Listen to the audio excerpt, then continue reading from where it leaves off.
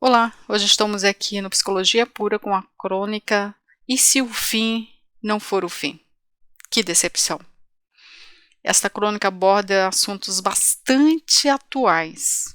Me emocionei muito ao escrevê-la e eu acredito que você também ficará emocionado e emocionada. Se ficar, me conta.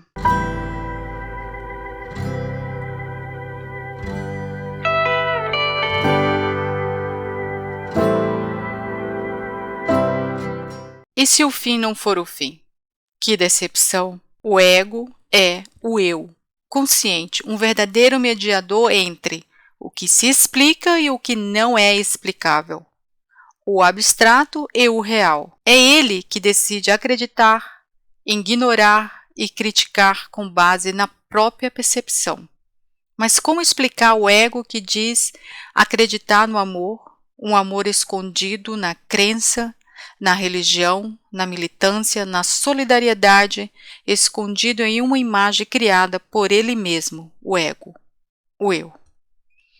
Um ego cheio de preconceitos, um ego com falsos conceitos. O ego que detesta tudo que não é igual a ele, um ego que detesta todos que não pensam como ele. Um ego sem coração. Um ego que se perde num beco sem saída porque acredita que já nasceu de novo, que agora tudo é novo e usa os ensinamentos de um homem bom, dizendo querer se parecer com ele, só que sem amor, sem temor. Porque na realidade não acredita no que diz acreditar e grita, herege, para os que não compartilham dessa faça, pede a exclusão, a separação, a distância de todos que conseguem vê-lo sem a máscara do ser humano bom. O ego não quer ser, o ego quer ser visto assim, porque no ego não há temor e nem amor. E o ego todos nós temos. Eu, você, eles e os outros. No sul, no norte, no leste, a oeste. Nós todos temos, cada um o seu, mas todos cheios de preconceitos, petulantes, arrogantes, vivendo juntos, mas separados pelos conceitos e pelos pré-conceitos. Mas e se morrêssemos agora? Ou se morrêssemos amanhã? E se o amor existisse? E nesta viagem, alguém viesse nos conduzir até o verdadeiro amor? E se realmente houvesse um portão onde a consciência, o ego que nunca morre, fosse conduzido? Chegando neste portão, alguém viesse abrir a porta e este alguém, um estrangeiro, ao qual o ego praticou xenofobia. Ou uma criança, ao qual o ego não protegeu. Uma mulher, a qual o ego decidiu usar e desprezar. Um homem ou uma mulher que o ego decidiu explorar com muito trabalho e pouco rendimento. Um idoso ao qual o ego abandonou. Talvez até mesmo o homem de negócios que o ego decidiu que merecia ser lesado. Então, não mediu esforços para tirar dele tudo o que podia, fingindo ser um oprimido. Mas na realidade era o seu próprio ego que não tinha coragem para lutar por si só. Então, nessa viagem esquisita, a qual o ego achou que não existia, o portão é aberto. E uma criança pega o ego pela mão, uma criança que o ego não quis ter. Custava muito, era melhor ter sua Ferrari com uma placa dizendo criança não, obrigado. Porque esta criança ia atrapalhar o ego de viver. Ou talvez uma criança que o ego teve, mas não cuidou e não amou. E essa criança conduzisse o ego entre as flores que o ego nunca plantou e sequer tirou tempo para admirá-las. Num caminho, corpos caídos. Corpos que o ego nunca ajudou a levantar porque dizia que era de bêbados, mas eram doentes. Corpos que o ego dizia ser vagabundos, mas era fome.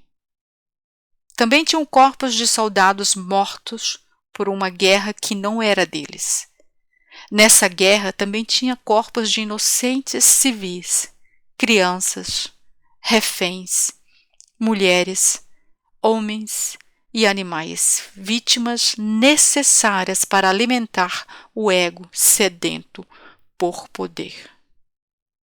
Agora o ego, vendo isso, grita: "Meu Deus!" E ao dizer isso se assusta. Assusta o ego pronunciar qualquer palavra neste momento, quanto mais dizer Deus. Que Deus? O Deus que o ego pregou, mas nunca respeitou? O Deus que ele usou para se inflar, se tornando um grande ego egoísta? Enquanto a criança conduzia o ego pela mão, ele observava o caminho. No caminho havia corpos nus. A criança cobria os corpos. Eram corpos de mulheres consideradas prostitutas, mas eram mulheres vítimas da guerra, vítimas de governos tiranos, vendidas ao mercado do sexo sem dó e nem piedade. Eram mulheres de todas as raças, de todas as cores e de todas as idades, e o ego usou todas. A criança seguiu levando o ego pela mão até um corredor.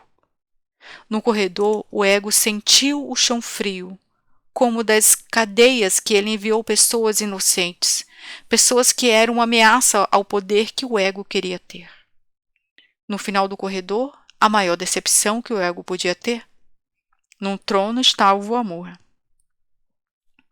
Um amor simples como o ego não foi.